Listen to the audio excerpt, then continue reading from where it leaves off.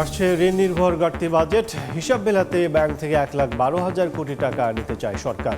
বন্ধ কারখানা সচলে স্কিমের অর্থ ছাড়ে নিরীক্ষায় জোর বিশ্লেষকের।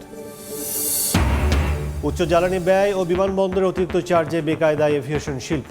3 দশকে বন্ধ 10টি বেসরকারি এয়ারলাইন্স। বাজেটে ব্যবসা বান্ধব নীতিমালার প্রত্যাশা। 25,000 টাকা বাড়িয়ে করমুক্ত আয়সীমা হচ্ছে 4.25 লাখ। বহাল থাকবে 2 অর্থ বছর, পরে 4.5 লাখ পর্যন্ত সুবিধা দেওয়ার পরিকল্পনা। মজুতের প্রায় 80% গ্যাস ফুরিয়ে গেছে। দিন দিন কমছে তিতাসের উৎপাদন। জ্বালানি নিরাপত্তার জন্য বড় সতর্ক বার্তা। নতুন নতুন কূপ খনন ও সংস্কারে জোর। এবং যুক্তরাষ্ট্রে H-1B ভিসায় থাকছে না $1,00,000 আবেদন ফি। আদালতের আদেশ, উচ্চ দক্ষতা সম্পন্ন বিদেশি কর্মীদের নিয়োগে নীতি আরোপের এখতিয়ার নেই প্রেসিডেন্টের।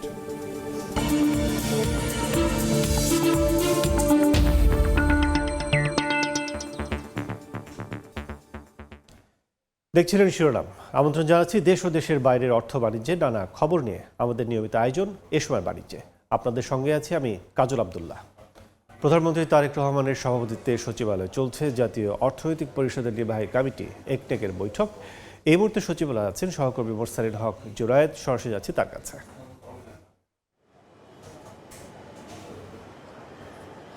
4,189 কোটি 46 লাখ টাকা যে সম্ভাব্য ব্যয় ধরা হয়েছে চট্টগ্রামের আনোয়ারায় 800 একর জমির উপরে চীন অর্থনৈতিক অঞ্চল নির্মাণের জন্য। এই প্রকল্পের যে প্রস্তাব সেটি কিন্তু প্রধানমন্ত্রী তারেক রহমানের সভাপতিত্বে বর্তমান সরকারের চতুর্থ যে একনেক সভাটি এই মুহূর্তে সচিবালয়ের মন্ত্রিপরিষদ বিভাগে চলছে, সেখানে এই চীন অর্থনৈতিক অঞ্চল নির্মাণের যেই প্রকল্প প্রস্তাব সেটি উত্থাপিত হতে যাচ্ছে। এবং এর অধীনে যেই বিষয়টি এখন পর্যন্ত দেখা গেছে যে এই প্রকল্পের মাধ্যমে যেই প্রত্যাশিত যে ফল লাভের যেই আশা করা হচ্ছে, যে বছরে প্রায় 50 কোটি মার্কিন ডলারের বৈদেশিক বিনিয়োগ আকর্ষণ এবং অন্তত 1 লাখ মানুষের কর্মসংস্থান সৃষ্টির একটি প্রত্যাশা কিন্তু সরকার করছে চীন অর্থনৈতিক অঞ্চলের কাজ পুরোপুরি শেষ হওয়ার পর থেকে। এবং এই প্রকল্পের যে ব্যয়টি ধরা হয়েছে তার পাশাপাশি মোট 12টি প্রকল্প আজকের একনেক সভায় উত্থাপিত হতে যাচ্ছে। এবং এই উত্থাপিত প্রকল্পগুলোর যে সম্ভাব্য ব্যয় সেটি কিন্তু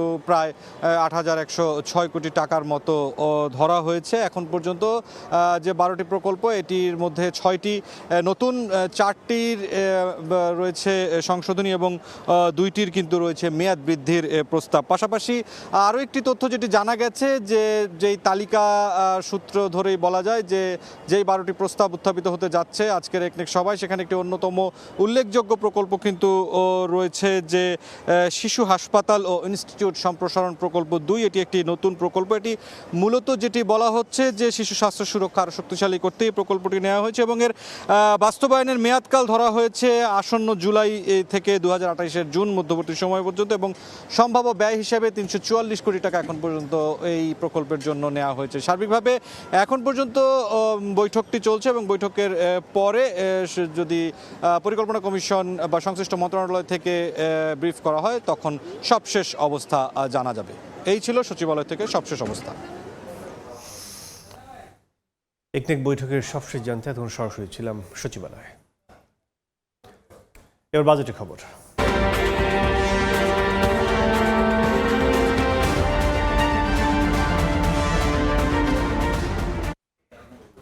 আসছে ঋণ নির্ভর ঘাটতি বাজেট।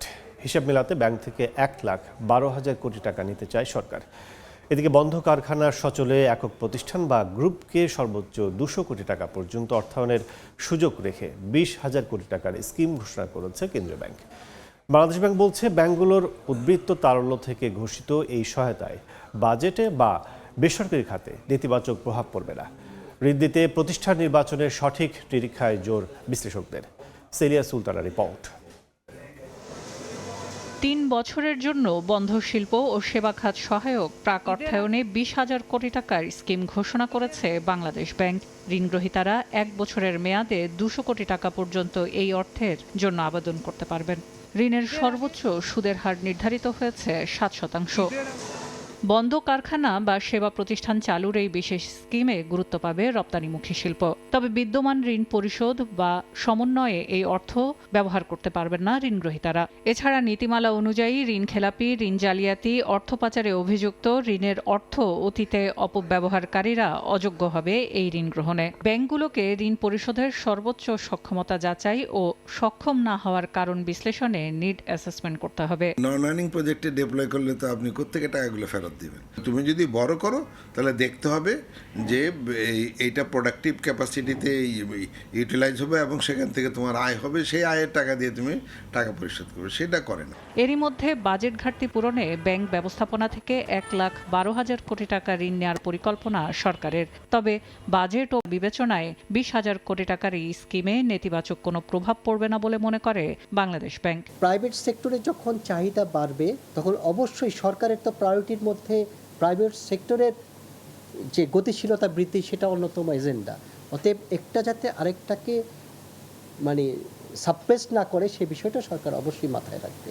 একই সাথে আংশিক উৎপাদিত কারখানা পুরো উৎপাদনে যেতে মূলধন ঘাটতিতে সহায়তা, কাঁচামাল ক্রয়, শ্রমিক কর্মচারীদের বেতন ভাতা, বিদ্যুৎ, গ্যাস ও ইউটিলিটি বিল, রপ্তানি আদেশ বাস্তবায়ন, উৎপাদন ও পরিচালনা ব্যয় এই অর্থ ব্যবহার করা যাবে। ঋণের যথাযথ ব্যবহার নিশ্চিত এবং বাংলাদেশ ব্যাংকের কাছে ত্রৈমাসিক ভিত্তিতে প্রতিবেদন দাখিল করতে হবে ব্যাংকগুলোকে। সেলিয়া সুলতানা, সময় সংবাদ, ঢাকা। 3 দশকে বাংলাদেশে বন্ধ হয়েছে 10টি বেসরকারি যাত্রীবাহী এয়ারলাইন্সের কার্যক্রম। উচ্চ জ্বালানি খরচ, বিমানবন্দরের অতিরিক্ত চার্জ ও সরকারি সারচার্জের চাপে প্রতিযোগিতায় টিকতে পারেনি সংস্থাগুলো। আসছে বাজেটে এভিয়েশন শিল্প সম্প্রসারণে ব্যবসা বান্ধব নীতিমালার প্রত্যাশা সংশ্লিষ্টদের। প্রতিমন্ত্রী জানিয়েছেন, এবারের বাজেট হবে পর্যটন ও এভিয়েশন শিল্প উন্নয়নের বাজেট। বিস্তারিত দেখুন আমার করা রিপোর্টে।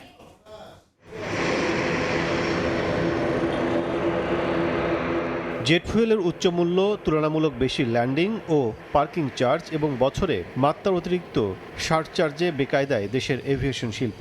1995 থেকে 2025 এই 30 বছরে কার্যক্রম গুটিয়ে নিতে বাধ্য হয়েছে 10টি বেসরকারি এয়ারলাইন্স।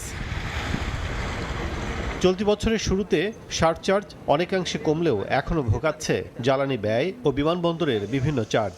বর্তমানে 4টি এয়ারলাইন্স কার্যক্রম পরিচালনায় থাকলেও সংকট রয়েছে নানামুখী। বিশ্বের সঙ্গে তাল মিলিয়ে বাংলাদেশের এভিয়েশন শিল্পের প্রবৃদ্ধি বাড়াতে আসছে বাজেটে নীতি সহায়তা চান সংশ্লিষ্টরা। সরকারের যদি প্রত্যক্ষ সহযোগিতা থাকে এবং আমাদেরকে যদি বিভিন্ন ইন্ডিভিজুয়াল সেক্টর ওয়াইজ যদি আমাদেরকে সাবসিডাইজ করে আমাদের সেই ফ্যাসিলিটিগুলো দেওয়ার সুযোগ থাকে, তাহলে আমি বলবো যে বাংলাদেশ এভিয়েশনে আসলে ইউএস বাংলা সহকারে আদার যে এয়ারলাইন্সগুলো আছে তারাও কিন্তু এগিয়ে যেতে পারবে। দীর্ঘদিন ধরে উন্নয়নের কথার ফুলঝুরিতেই আটকা পড়ে আছে আকাশপথে পরিবহন সেবা।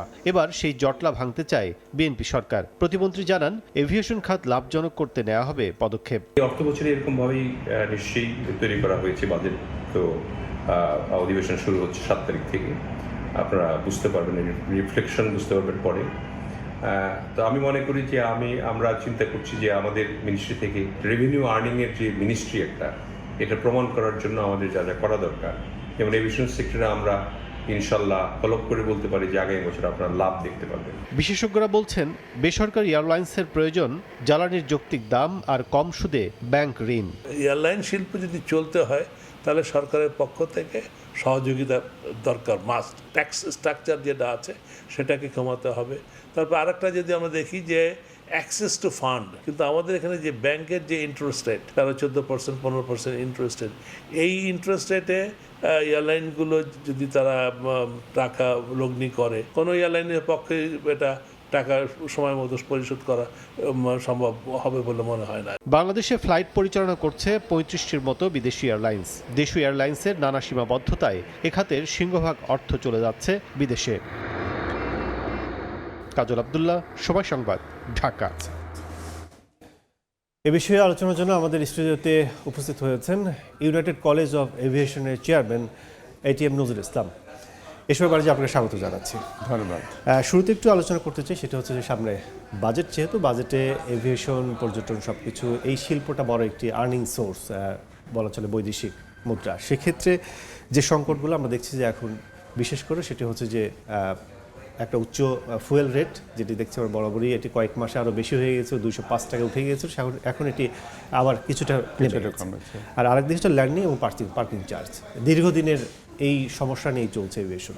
আপনারা কি মনে করছেন যে আসন্ন বাজেটে কেমন পলিসি হবে? অ্যাকচুয়ালি বাজেট আলোচনার অংশ নিতে বা করতে গেলে কয়েকটা পার্সপেক্টিভ আমি মনে করি বলা উচিত।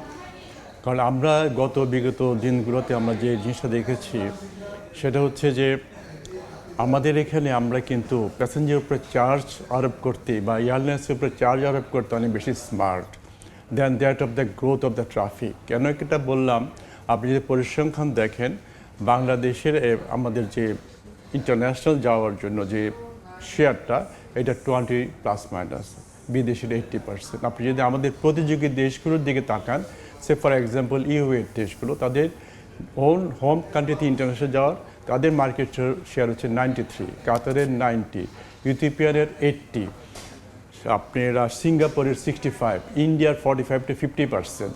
অর্থাৎ প্রত্যেকটা দেশের হোম কান্ট্রিজ লোকাল এয়ারলাইন্সগুলোর সবসময় মার্কেট শেয়ারটা 50+ থাকে, বেশি থাকে। সেখানে আমাদের মার্কেট শেয়ার হচ্ছে মাত্র 20+। কার্গো তো আরও দৈন্যদশা, আমাদের মার্কেট শেয়ার মাত্র 9-10%, 91-90% মার্কেট শেয়ার বিদেশিদের। যে আমাদের দেশে কোনো ডেডিকেটেড ফ্রেটার নেই ইন্টারন্যাশনাল রুটের জন্য। এই পার্সপেক্টিভে সরকার বেশ কিছু কথা বলছেন, নতুন সরকার, যেমন আপনি আমাদের কয়েকটি এয়ারপোর্টকে ওপেন করতে চাচ্ছেন, থার্ড টার্মিনাল ওপেন করতে চাচ্ছেন। আমাদের কিন্তু বিশাল জলরাশি 200 নটিক্যাল মাইল আমাদের আসছে, তার কিন্তু ইয়ারে আমাদের এফআইআর আমরা যেতে পারি না, আমরা ফ্লাইট ইনফরমেশনের জন্য এস্টাবলিশ করতে পারি নাই। এই যে দিকগুলো কিন্তু সরকারকে চিন্তা করতে হবে। এভিয়েশনকে শুধুমাত্র এয়ারলাইন্স বা এভিয়েশন চিন্তা করলে হবে না। যেমন আপনি ইথিওপিয়ান, তাদের 90% মার্কেট শেয়ার, কিন্তু তাদের জিডিপিতে গ্রোথ হচ্ছে মাত্র 1.2। কেন? তারা কিন্তু এভিয়েশনকে শুধু এয়ারলাইন্সের ভিতরে সীমাবদ্ধ রাখছে। এর বাইরেও যে অনেক কিছু আছে, ট্যুরিজম আছে, এমআরও আছে, এগুলোতে তারা আজ পর্যন্ত যেতে পারে নাই। আমাদের কিন্তু দুর্ভাগ্যজনকভাবে হলো আমাদেরও জিডিপিতে আমাদের কন্ট্রিবিউশন এভিয়েশন থেকে মাত্র 1.2। তো এইগুলো সামনে রেখে যদি আমরা চিন্তা করি যে আমাদের বাজেটটা, নতুন সরকার এসছেন 17 বছরের পরে একটা নতুন পরিবর্তন এসছে, আমাদের বাজেটটা কী হওয়া উচিত, আমি এটাকে আপনার দুইভাবে চিন্তা করবো, একটা শর্ট টার্ম, একটা লং টার্ম। এই শর্ট টার্ম বাজেটে আমি মনে করি প্রথমে যেটা হওয়া উচিত সেটা হচ্ছে আপনার আমাদের যে প্যাসেঞ্জার যে ট্যাক্সটা, আপনার এই ট্যাক্সের ভিতরে যেমন থাকে আপনার এমবার্কেশন ফি, প্যাসেঞ্জার সার্ভিস ফি বা এয়ারপোর্ট ডেভেলপমেন্ট ফি, এইগুলোর জন্য না বাড়ানো হয়, যদি সম্ভব এটা কমানো যেতে পারে কিনা, এটা হচ্ছে আমাদের প্রথম চিন্তা করতে হবে। কারণ আমি আগেই বলেছি সরকারের একটা দূরদর্শিতার চিন্তা থাকতে হবে, সেখানে not the charges on the passengers or the airlines, they should look for the traffic growth. Traffic গ্রোথটা যদি বাড়াতে পারেন আপনি জিডিপিতে কন্ট্রিবিউশন অনেক বেশি বাড়বে। তো এটা হচ্ছে 1 নম্বর। সেকেন্ড একটা ভালো পয়েন্ট আসছে, যেটা সবাই আমরা জানি, ফুয়েলের আমাদের কনস্টিটিউট করে অলমোস্ট 40-40%, 45% হচ্ছে অপারেটিং কস্ট। অতএব ফুয়েলে কিন্তু ইনসেন্টিভ দিতে হবে, এবং ডোমেস্টিকের যে ট্যাক্স এবং কাস্টম চার্জ আছে, এগুলো অবশ্যই তাদের ইমিডিয়েটলি উঠে নেওয়া উচিত, যাতে এইটা গ্রোথটা হয়। কারণ এয়ারপোর্টের এই যে ফুয়েলের চার্জটা, এই চার্জটার কারণে কিন্তু এয়ারলাইন্সের কস্টটা বেড়ে যায়। Then landing charge, landing charge, navigation fee, parking চার্জের উপরে কথা এসছে। আমি মনে করি সেখানেও আমাদেরকে রিডাকশন করা উচিত, পার্শ্ববর্তী দেশগুলোর তুলনায় তো অনেক বেশি কমানো উচিত। এমনকি বিমান যে আপনার চার্জ নেই, গ্রাউন্ড হ্যান্ডলিং চার্জ, এটা অনেক বেশি। এই জায়গাগুলোতে কিন্তু এয়ারলাইন্সগুলোর উপরে অনেকটা সমস্যা। আপনি যেটা বলছেন একটু এই পার্টে আমরা শেষ করি, সেটা হচ্ছে যে খাতগুলো বলছেন এভিয়েশনের সাথে, পর্যটনের সাথে যে বিভিন্ন পার্টগুলো জড়িত, এগুলোকে আমরা লিঙ্কেজ কিংবা রিলেট করতে পারছি না, নাকি না আমরা পারছি না? কি মনে করছেন? আমরা এখন পর্যন্ত পারছি না। দেখেন আমাদের দেশে আজ পর্যন্ত ডেডিকেটেড কোনো এমআর হয় না। এমআর মানে মেনটেন্স, রিপেয়ার, ওভারঅলিং, থার্ড পার্টিকে সার্ভিস করার জন্য আজ পর্যন্ত আমরা নেই। তো এই যে নেই, এটার জন্য আমরা হাজার কোটি টাকা কিন্তু আমরা গচ্ছা দিচ্ছি, বা বিদেশে আমাদের ইঞ্জিন পাঠাচ্ছে, এয়ারক্রাফট পাঠানো হচ্ছে, আমরা কিন্তু করতে পারছি না। কেন পারছি না? আমাদের সিস্টেমটাই খারাপ। এভিয়েশনটাকে একটা রেস্ট্রিক্টেড খাত হিসেবে রাখা হয়েছে, সেখানে বলা হয়েছে 51-49% শেয়ার আসতে হবে। তো এইখানে কিন্তু একটা ভালো ফুল ফ্লেজ এমআরও করতে হলে কিন্তু আপনার $1 বিলিয়ন মার্কিন ডলারের মতন খরচ হয়। তো এত টাকা খরচ করে বাংলাদেশ থেকে কোনো এন্টারপ্রেনার আসে না, বিদেশ থেকেও আসে না। আর এখানে তো আমাদের যে অবস্থান, সেখান থেকে কেউ এমআরও করতেও চায় না। তো এই জায়গাটা কিন্তু এইটা ছাড় দিতে হবে, এই রেস্ট্রিকশনটা উঠিয়ে দিতে হবে। প্লাস এই আয়ের উপরে, নেট রেভিনিউর উপরে তারা কিন্তু প্রায় 4 to 5% একটা রয়্যালটি চায় সিএবি। এইটাও আমার মনে হয় 5 বছরের জন্য বা 10 বছরের জন্য মৌকুব করে দেওয়া উচিত। তো এই জায়গাগুলোকে হাত না দিলে আমার আসবে না। তো এইটা একটা বিশাল একটা ব্যাপার। দেন আমরা কার্গো, আমরা আজ পর্যন্ত কার্গোতে আসতে পারি নাই, একটা ডেডিকেটেড ফ্রেটার আমাদের নেই। তো এখানে ইনসেন্টিভ দেওয়া উচিত। রাষ্ট্র বিমান সংস্থা তো নিয়ে আসতে পারতো, এটারও অনেক দিন আলোচনা ছিল। সেই ক্ষেত্রে আসলে সে বাস্তব মানে দৃশ্যায়ন কিছু আমরা দেখতে পাই। এইটাও একটা বিশাল একটা প্রশ্ন, কেন আমাদের বাংলাদেশ বিমান কার্গোতে আসলো না। শুধু এইটা না, বাংলাদেশ বিমান এই 45 বছরে এই মার্কেট শেয়ারটা কেন নিতে পারলো না। আপনি জানেন যে এখানেও এসছে, এর আগে 10টা এয়ারলাইন্স বসে গেছে, এর ভিতরে 3টা এয়ারলাইন্স বড় এয়ারলাইন্স ছিল যারা ইন্টারন্যাশনালি ফ্লাই করতো। এর ভিতরে 2টাতে আমি ছিলাম, আপনার ছিল। আমি ব্যক্তিগতভাবে এখানে কাজ করেছি। কেন পারি নাই, কেন হয় নাই, এইটা কিন্তু একটা আপনার এক্সপ্লেনেশন থাকা উচিত ছিল। অর্থাৎ আমাদের দৃষ্টিতে আমরা এয়ারলাইন্সগুলো শুধু এয়ারলাইন্স হিসেবে দেখলে চলবে না। আমাদের এখানে এটা যে আমাদের ফরেন কারেন্সি রিটেন করতে পারে, ফরেন কারেন্সি আর্ন হতে পারে, একটা ইকোসিস্টেম একটা বিশাল অবদান রাখতে পারে, সেই জায়গাটা যদি আমরা না যাই তাহলে কিন্তু আমরা কখনোই আমরা এভিয়েশনকে ওইখানে নিতে পারবো না এবং জিডিপিতে কন্ট্রিবিউশন করতে পারবো না। আমি মনে করি বিনিয়োগের ক্ষেত্রে বাধাটা কোন জায়গায়? নতুন নতুন উদ্যোক্তা আসা কিংবা বাধাটা আমাদের সিস্টেমে বাসা। যেমন আপনি একটু আগে এখানে যেটা বলা হলো যে আমাদের ফান্ডিংয়ের একটা বিশাল সমস্যা হয়। আমাদের ব্যাংকগুলো, আমাদের ক্যাপিটাল মার্কেট আমরা ঢুকতে পারি না। বাংলাদেশে একমাত্র ইউনাইটেড এয়ার ক্যাপিটাল মার্কেটে ঢুকেছিল বা টিকতে পারেনি, এখানে আসতে পারি না। দেন আমাদের ব্যাংকগুলো আমাকে সমর্থন করে না। আমি মনে করি এই জন্য দরকার পড়লে একটা আলাদা ফান্ড তৈরি করতে পারে সরকার, যাতে এয়ারলাইন্স আরও আসতে পারে। আসলে এটাকে দেখতে হবে যে কীভাবে অন্যান্য দেশগুলো তাদের এয়ারলাইন্সকে প্রমোট করেছে। উদ্দেশ্যটা একটাই, যে আপনি এয়ারলাইন্স দিয়ে আমার জিডিপিতে তার কন্ট্রিবিউশন এখন 1.2 থেকে এটা 5% নিয়ে যাবা। উদ্দেশ্য হওয়া উচিত একটাই, আমার 20% মার্কেট শেয়ার থেকে অন্তত 50% মার্কেট শেয়ার আমি কীভাবে যাব, তার জন্য যা যা করণীয়, ট্যাক্স হলিডে দেন, ইনসেন্টিভ দেন, কাস্টম দেন। আমাদের টুলস আমদানির জন্য বিশাল একটা ট্যাক্স কাস্টম বসিয়ে দেন। এই ট্যাক্স থেকে আপনি ইনসেন্টিভগুলো দেন, মৌকুব করে দেন। এইগুলো বাজেটে আসতে হবে। বাজেটে যদি ক্লিয়ার ইন্ডিকেশন না থাকে তাহলে মানুষ কিন্তু আসবে না। এখানে সবচেয়ে এভিয়েশনের যে একটা গ্যাপ সৃষ্টি হয়ে যাচ্ছে সেটা জনবল ক্রিয়েট করা, সৃষ্টি করা, পাইলট থেকে শুরু করে যারা ইঞ্জিনিয়ারিং বিভিন্ন আছে তাদেরকে আসলে জনবল সৃষ্টি করার ক্ষেত্রে এখানে দেখেন, আমি ব্যক্তিগতভাবে নিজে একাডেমি দিয়েছিলাম, আমি একাডেমির সাথে জড়িত। আমরা চেষ্টা করছি, এখানে কিন্তু বিশাল একটা বাধা, রেগুলেটরি বাধা আসে। আপনি অন্যান্য দেশে দেখেন এই বাধাটি কিন্তু তাদের নেই। আমরা পাইলট তৈরি করতে পারি না। আমরা জানেন বিমানে পাইলট শর্টেজ আছে, এয়ারলাইনগুলোতে পাইলট শর্টেজ আছে, অথচ আমাদের পাইলট কোনো ট্রেনিং নাই। আমাদের দেশে আজ পর্যন্ত বড় একটা সিমুলেটর আমরা করতে পারি নাই পাইলট ট্রেনিংয়ের জন্য। তো এই জায়গাটায় এখানে ইনসেন্টিভ দিতে হবে। এবং আমাদের কোনো ইঞ্জিনিয়ারিং ট্রেনিং সেন্টার নেই। আমরা যে আপনার বিভিন্ন দেশে পাইলট ট্রেনিং এবং ইঞ্জিনিয়ারিং ট্রেনিং এগুলো কিন্তু সারা বিশ্বে একই সিলেবাসে চলে। বাংলাদেশের একজন পাইলট বা বাংলাদেশের একজন ইঞ্জিনিয়ার পৃথিবীর যে কোনো জায়গায় কিন্তু সে কাজটা করতে পারবে। আমরা বিদেশে লোক সম্পদ পাঠাই, মানব সম্পদ পাঠাচ্ছি, কিন্তু নন টেকনিক্যাল নন স্কিল পাঠাচ্ছি। কিন্তু এভিয়েশন স্কিল লোক যে পাঠানো যায় সেই চিন্তাটা করতে হবে। আমাদের নিজস্ব মার্কেট ছোট হতে পারে, কিন্তু এভিয়েশনের যে পাইলট বা ইঞ্জিনিয়ার বা অন্যান্য এরা কিন্তু ইন্টারন্যাশনালি রিকগনাইজ। তো এই জায়গাগুলো আমাদের পাইলট ট্রেনিং, ইঞ্জিনিয়ারিং ট্রেনিং এই সেন্টারগুলো কিন্তু আরও আসা উচিত। যদি একটা ইউনিভার্সিটি হয়েছে তাদের কন্ট্রিবিউশন এখন তেমন একটা চোখে পড়ে না, বাট ছোটো ছোটো যে ইনস্টিটিউটগুলো আছে এগুলো আমি মনে করি এখানে গভর্নমেন্টকে অনেক সহযোগিতা করা প্রয়োজন এবং এখানে থ্রাইভ দিতে হবে, এখানে প্রায়োরিটি দিতে হবে। তো এই জায়গাগুলোতে কিন্তু সরকারের বাজেটে থাকা দরকার যে তারা কীভাবে, যেমন বাংলাদেশের ফ্লাইং একাডেমি 75 বছরের ফ্লাইং একাডেমি, তার নিজস্ব কোনো এয়ারক্রাফট নেই। এটা একটা দুঃখজনক একটা ব্যাপার। আমরা একটু জানতে চাই, সেটা হচ্ছে যে বাংলাদেশে এখন 8টা এয়ারপোর্ট আমাদের সচল আছে, নতুন নতুন আরও এয়ারপোর্ট চালু করার সিদ্ধান্ত নিচ্ছে বর্তমান সরকার। তবে সবচেয়ে বড় ব্যাপার যে আন্তর্জাতিক যে 3টি এয়ারপোর্ট, বাকি 2টি এয়ারপোর্ট সেইভাবে যে অপারেশন কার্যক্রম সেটি আমরা দেখি না। আসলে এই এয়ারপোর্টগুলো অপারেশন কার্যক্রম নিয়ে আসার জন্য কী করতে পারে গভর্নমেন্ট? দেখুন, প্রথমত যে 3টি এয়ারক্রাফট আমাদের আন্তর্জাতিক, এইগুলো কিন্তু আমরা আন্তর্জাতিকভাবে হাব করার জন্য আমরা কোনো উদ্যোগ এখন পর্যন্ত নেইনি। এবং এখানে আপনি যদি গিয়ে দেখেন টার্মাক ফেসিলিটি বলেন, এয়ারপোর্ট ফেসিলিটি বলেন, এটা ইন্টারন্যাশনালি একটা একটা এয়ারলাইনকে আকৃষ্ট করার মতন যথেষ্ট উপাদান আমাদের এখানে নেই। আমরা করে ফেলছি কিন্তু উপাদান নেই। আর চট্টগ্রামকে আমরা আজকে পর্যন্ত পারিনি সেভাবে পপুলার করতে। সেখানে পার্কিং স্পেসের কনজাকশন, ওয়্যার হাউস নেই, এগুলো না করলে কিন্তু আসবে না। প্লাস আপনি মানুষ শুধু বিজনেস ইউনিটের জন্য যদি আসে একটা আলাদা কথা, আর যদি আপনি মনে করেন যে আমি পর্যটন খাতকেও বাড়াবো, তাহলে পর্যটনের সেই ফ্যাসিলিটেশনটা করতে হবে। আরেকটা হচ্ছে যে একটা এয়ারপোর্ট, যে গভর্নমেন্ট বলছে যে 5টি এয়ারপোর্টকে তারা উজ্জীবিত করবে বা আপনার এখানে কার্যক্রম শুরু করতে চাচ্ছে, এগুলো শুধু এয়ারপোর্ট হিসেবে চিন্তা করার লাভ নেই। এটাকে পর্যটন এবং এটাকে অন্য খাতে এখানে যে কন্ট্রিবিউশনটা হবে সেটাও চিন্তা করা উচিত। এয়ারপোর্ট ইটসেলফ কিন্তু লস করতে পারে, কিন্তু এর সামগ্রিক অর্থনীতি যে কর্মকাণ্ড এটাকে জড়িয়ে হবে সেটা কিন্তু আমাদের জিডিপিতে কন্ট্রিবিউট করবে অনেক বেশি।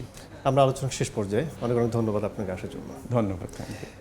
দর্শক, আলোচনা করছিলাম বাজেটে এভিয়েশন শিল্প নিয়ে। আমাদের সাথে এ বিষয়ে আলোচনার জন্য স্টুডিওতেও যুক্ত ছিলেন ইউনাইটেড কলেজ অফ এভিয়েশনের চেয়ারম্যান ATM নজরুল ইসলাম।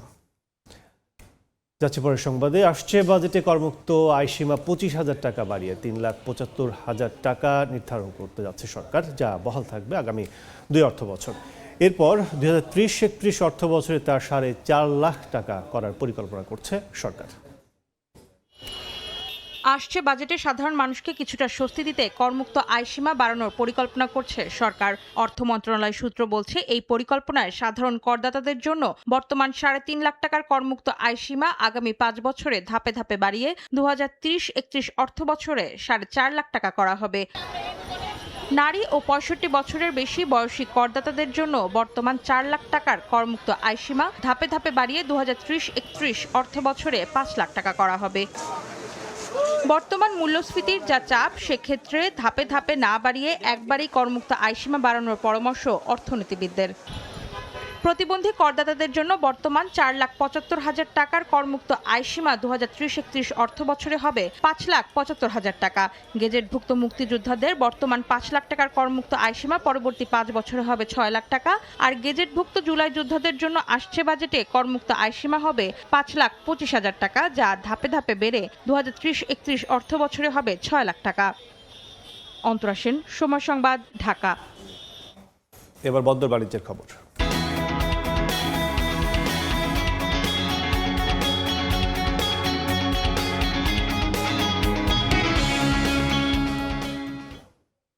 নানা শর্ত আর নিষেধাজ্ঞায় বেনাপোল স্থলবন্দর দিয়ে দিনে দিনে কমছে আমদানি রফতানি। এতে বছর শেষে বড় অঙ্কের রাজস্ব ঘাটতির সংখ্যা বাড়ছে। সমস্যা উত্তরণে সরকারের হস্তক্ষেপ চান ব্যবসায়ীরা। বেনাপোল প্রতিনিধি আজিজুল হকের তথ্য ও শাওন হস্তের ছবিতে রিপোর্ট। বেনাপোল স্থলবন্দর দিয়ে আমদানি রফতানির 2 মাসের পরিসংখ্যানে দেখা গেছে, গেল এপ্রিলে এই বন্দর দিয়ে ভারত থেকে 7,122 ট্রাকে আমদানি হয়েছে 1,46,678 মেট্রিক টন পণ্য। এ সময় 2,093 ট্রাকে বাংলাদেশি পণ্য রফতানি হয়েছে 21,019 মেট্রিক টন। আর মেতে 6,397 ট্রাকে ভারত থেকে আমদানির পরিমাণ ছিল 1,32,713 মেট্রিক টন পণ্য। এ সময় 1,724 ট্রাকে ভারতে রফতানি হয়েছে 14,868 মেট্রিক টন পণ্য। অর্থাৎ এপ্রিলের তুলনায় মে মাসে এ পথে আমদানি কমেছে 13,965 মেট্রিক টন ও রফতানি কমেছে 6,150 মেট্রিক টন।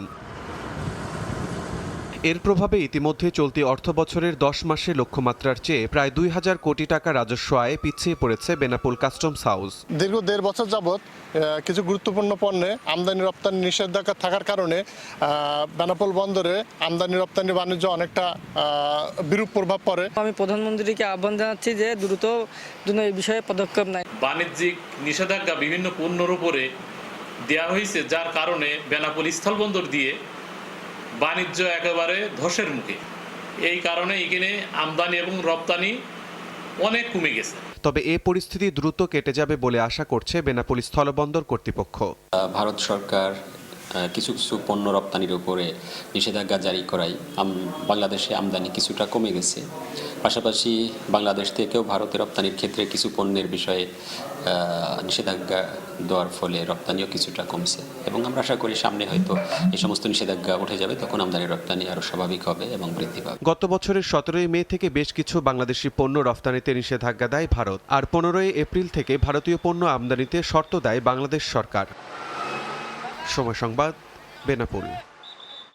দিন দিন কমছে দেশের অন্যতম বড় প্রাচীন গ্যাস ক্ষেত্র তিতাসের উৎপাদন, যা দেশের জ্বালানি নিরাপত্তার জন্য বড় সতর্ক বার্তা বলে মনে করেন বিশেষজ্ঞরা।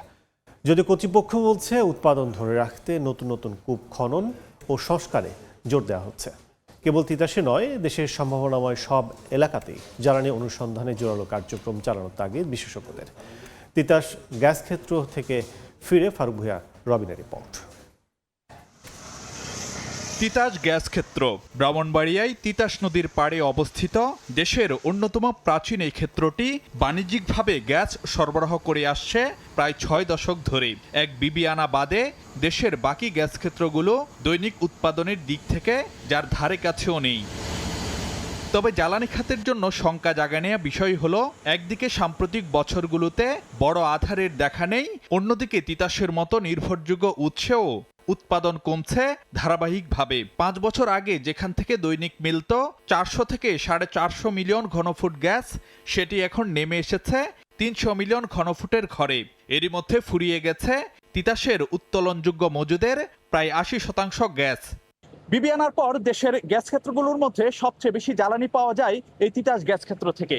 কিন্তু আশঙ্কার বিষয় হচ্ছে, অত্যন্ত নির্ভরতার এই কেন্দ্রটির উৎপাদনও কমে আসছে দিন দিন, যা দেশের জ্বালানি খাতের জন্য বড় ধরনের সতর্ক বার্তা বলে মনে করেন বিশেষজ্ঞরা। অবশ্যই কনসার্ন, যেহেতু এই যে তিতাসের যে কমছে শুধু তা না, বিবিয়ানারও তো কমে আসতেছে, কিন্তু আমাদের যে গ্যাসের চাহিদা আগে যা ছিল তার চেয়ে অনেক বৃদ্ধি পাইছে। এতদিন ধরে আমরা ওখান থেকে প্রডিউস করছি, একটা ফিল্ডে কতদিন গ্যাস থাকবে এটা তো শেষ হবেই। এই ব্যাপারে আমাদের একটা প্রস্তুতি থাকা দরকার, কিন্তু আমরা তো দেখতে পাচ্ছি যে আমাদের কোনো রকমেরই প্রস্তুতি এই ব্যাপারে কোনোটা নাই। পরিস্থিতি সামাল দিতে স্থলভাগে দেশের প্রথম গভীর অনুসন্ধান কূপ খনন করা হচ্ছে তিতাস 31-এ, যেখানে 2 ট্রিলিয়ন ঘনফুট গ্যাসের সম্ভাব্য মজুদ থাকতে পারে বলে ধারণা করা হচ্ছে। নতুন নতুন কূপ খননের এই ধারা অব্যাহত রাখার কথা বলছে কর্তৃপক্ষ। এখানে যেটা আমরা এখন যাচ্ছি ডিপার প্রসপেক্টে, পাশাপাশি আরও যে 3টা কূপ খনন হচ্ছে, তিতাস 28, 29 এবং 30, এইসব সাকসেসফুল হলে আমাদের উৎপাদন আরও কিছু বাড়বে, তখন হয়তো একটা কমফোর্টেবল জায়গাতে আমরা যাবো আর কি। গ্যাসের মজুদ কমার বিপরীতে নতুন ক্ষেত্র অনুসন্ধানে দেশ জুড়ে জোরালো কার্যক্রম চালানোর তাগিদ দিচ্ছেন বিশ্লেষকরা। এখনও আমাদের আশা আছে যে আমরা নিজস্ব গ্যাস আহরণ করতে পারবো আরও বেশি, যাতে করে আমরা সম্পূর্ণ আমদানি নির্ভর যেন না হয়ে যায়। আমরা তো দীর্ঘদিন ধরে শুধু গ্যাস খরচ করে যাচ্ছি, কিন্তু আমাদের নতুন মজুদ অ্যাড হচ্ছে না। হচ্ছে, বাপেক্স কাজ করতেছে, গত 10 বছর কয়েকটা গ্যাস ক্ষেত্র আবিষ্কার হয়েছে, আনফর্চুনেটলি সবগুলো হলো ছোট ছোট। সেই কারণে গ্যাস অনুসন্ধানের কার্যক্রম বাড়াতে হবে। 1962 সালে আবিষ্কৃত তিতাস গ্যাস ক্ষেত্রে বাণিজ্যিক উৎপাদন চলছে দেশ স্বাধীনেরও 4 বছর আগে থেকে। ফারুক ভূঁইয়া, রবিন, সময় সংবাদ, ব্রাহ্মণবাড়িয়া। দেখছেন এই সময় বাণিজ্য।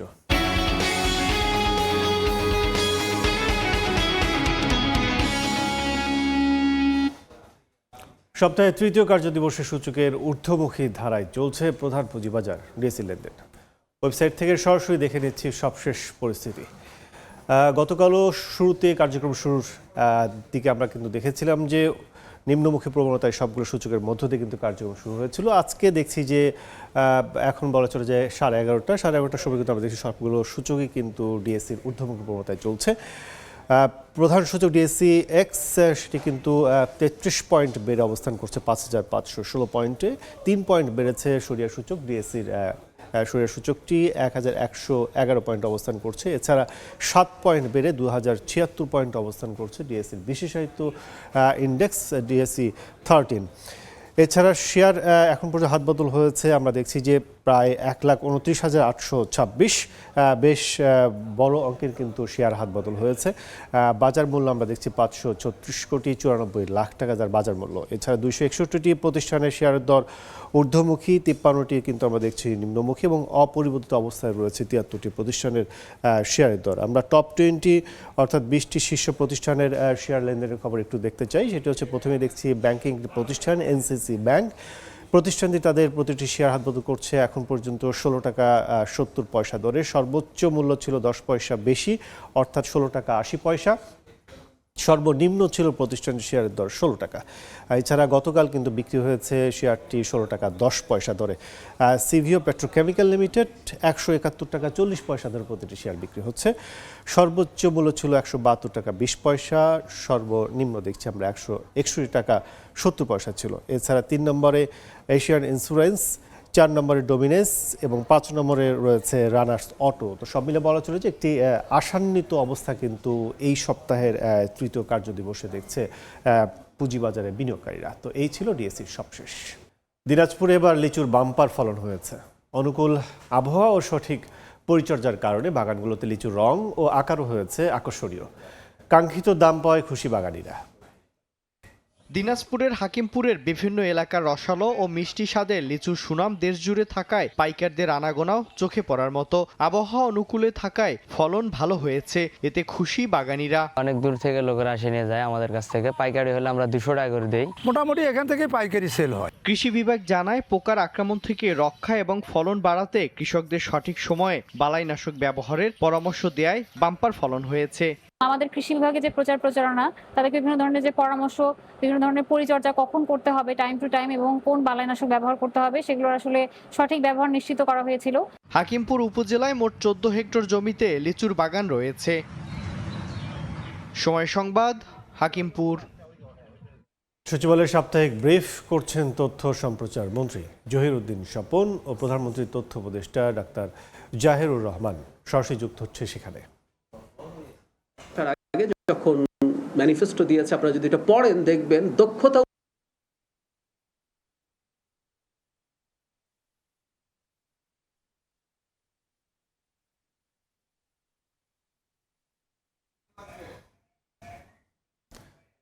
আমরা যান্ত্রিক ত্রুটির কারণে পরবর্তীতে ব্রিফিংটি আবার জানানোর চেষ্টা করব।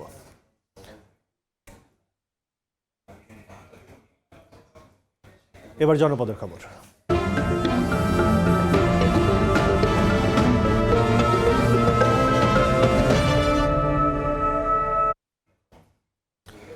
বোরোর ভরা মৌসুমে ধানের কাঙ্ক্ষিত দাম না পাওয়ার অভিযোগ দিনাজপুরের কৃষকের। তাদের দাবি সিন্ডিকেটের কারণে সপ্তাহ ব্যবধানে মন প্রতি 100 থেকে 150 টাকা পর্যন্ত কমেছে ধানের দাম। গোলাম নবী দুলালের তথ্য, মঞ্জিত আলম শিমুলের ছবিটা রিপোর্ট। বোরোর ভরা মৌসুম, ভোর থেকেই বিভিন্ন স্থান থেকে হাটবাজারে ধান নিয়ে আসেন কৃষক। দুপুর পর্যন্ত চলে বেচাকেনা। দিনাজপুরের কৃষকরা জানান চলতি মৌসুমে উৎপাদন খরচ বাড়লেও হাইব্রিড ধানে মিলছে না কাঙ্ক্ষিত দাম। সপ্তাহ ব্যবধানে ধানের দাম মন প্রতি কমেছে 100 থেকে 150 টাকা পর্যন্ত। দাবি সিন্ডিকেট কমিয়ে দিচ্ছে দাম। কম হিসাবে লস, এবার সারের দাম বেশি, পাট খরচার দাম বেশি। সরকার ঘরে ধান নিচ্ছে কিন্তু আমরা সেরকম খবর পাই নাই। ব্যবসায়ীদের দাবি শুকনো ধান কেনা হচ্ছে যথাযথ দামেই। আমরা কিনতেছি আশায় যদি ভবিষ্যতে একটু দাম বেশি পাওয়া যায়। মানসম্মত ধান সরকারি গুদামে সরবরাহের আহ্বান জানিয়েছেন খাদ্য নিয়ন্ত্রক। মান সম্পর্কে আমরা একদম জিরো টলারেন্স লেভেলে রয়েছে। দিনাজপুরে সরকারিভাবে কেনা হবে 12,267 মেট্রিক টন বোরো ধান। ধান চাল সংগ্রহ অভিযান চলবে 31 আগস্ট পর্যন্ত।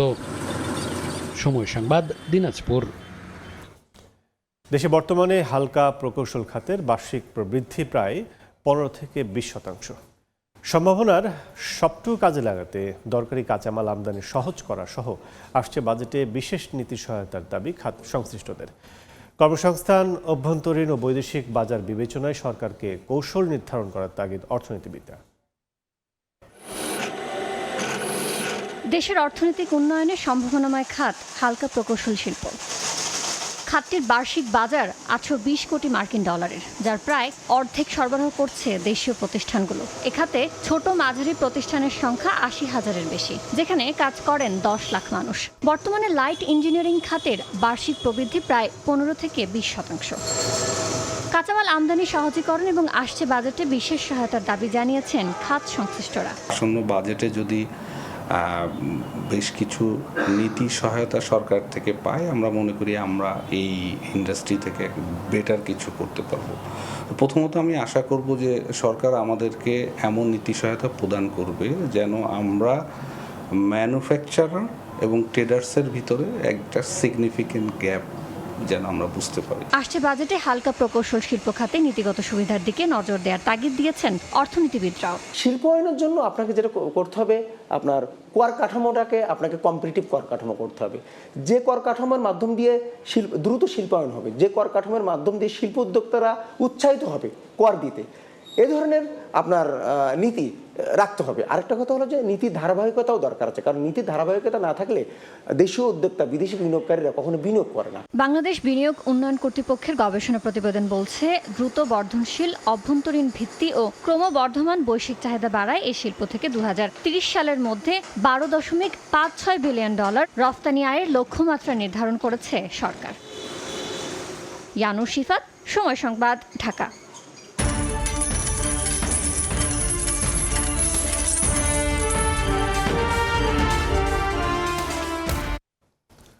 শিল্পপণ্যের বিশ্ববাজারে বাড়ছে বিটুমিনের দাম, তবে নিম্নমুখী লেড, অ্যালুমিনিয়াম ও টিনের দর অপরিবর্তিত রয়েছে। কবাল্টের দাম। দ্য ট্রেডিং ইকোনমিক্সের তথ্য বলছে, সড়ক অবকাঠামো তৈরিতে দরকারি বিটুমিনের বিশ্ববাজার বর্তমানে ঊর্ধ্বমুখী। প্রতি মেট্রিক টন মঙ্গলবার বেচাকেনা হয়েছে $668.63। এক সপ্তাহের ব্যবধানে দাম বেড়েছে 4.11%। তবে দাম কমেছে গাড়ির ব্যাটারি, গোলা বারুদ, তারের খাপ তৈরি ও সুরক্ষায় বিশ্বব্যাপী ব্যাপক চাহিদায় থাকা পণ্য লেডের। সপ্তাহ ব্যবধানে 3.02% কমে প্রতি মেট্রিক টন বিক্রি হচ্ছে $1985.95।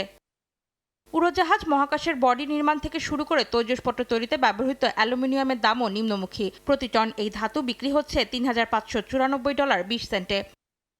নিম্নমুখী টিনের দরও এক সপ্তাহে 4.48% কমে এই শিল্পপণ্য বেচাকেনা হয়েছে $52,935। তবে সপ্তাহ ব্যবধানে অপরিবর্তিত রয়েছে কোবাল্টের দর। অন্তরা সেন, সময় সংবাদ।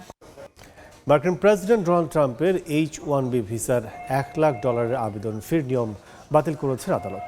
যুক্তরাষ্ট্রের H-1B ভিসার জন্য ট্রাম্পের আরোপ করা $1 লাখ আবেদন ফির বাধ্যবাধকতা সোমবার বাতিল করেছেন দেশটির এক ফেডারেল বিচারক। রায় তিনি বলেন, বিশেষায়িত ক্ষেত্রে উচ্চ দক্ষতা সম্পন্ন বিদেশি কর্মীদের নিয়োগে কোম্পানিগুলোর ব্যবহৃত এই কর্মসূচির উপর নতুন নীতি আরোপ করার কোনো এখতিয়ার প্রেসিডেন্টের নেই।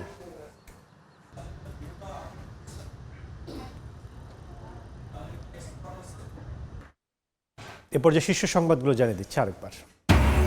আসছে ঋণ নির্ভর ঘাটতি বাজেট। হিসেব মেলাতে ব্যাংক থেকে 1,12,000 কোটি টাকা নিতে চায় সরকার। বন্ধ কারখানা সচলে স্কিমের অর্থ ছাড়ে নিরীক্ষায় জোর বিশ্লেষকের। উচ্চ জ্বালানি ব্যয় ও বিমানবন্দর অতিরিক্ত চার্জে বেকায়দায় এভিয়েশন শিল্প। 3 দশকে বন্ধ 10টি বেসরকারি এয়ারলাইন্স। বাজেটে ব্যবসা বান্ধব নীতিমালার প্রত্যাশা। এবং তিতাস গ্যাস ক্ষেত্রে মজুতের 80% শেষ। দিনে দিনে কমছে উৎপাদন। জ্বালানি নিরাপত্তার জন্য সতর্ক বার্তা দেখছেন বিশেষজ্ঞ। নতুন কূপ খনন ও সংস্কারে জোর।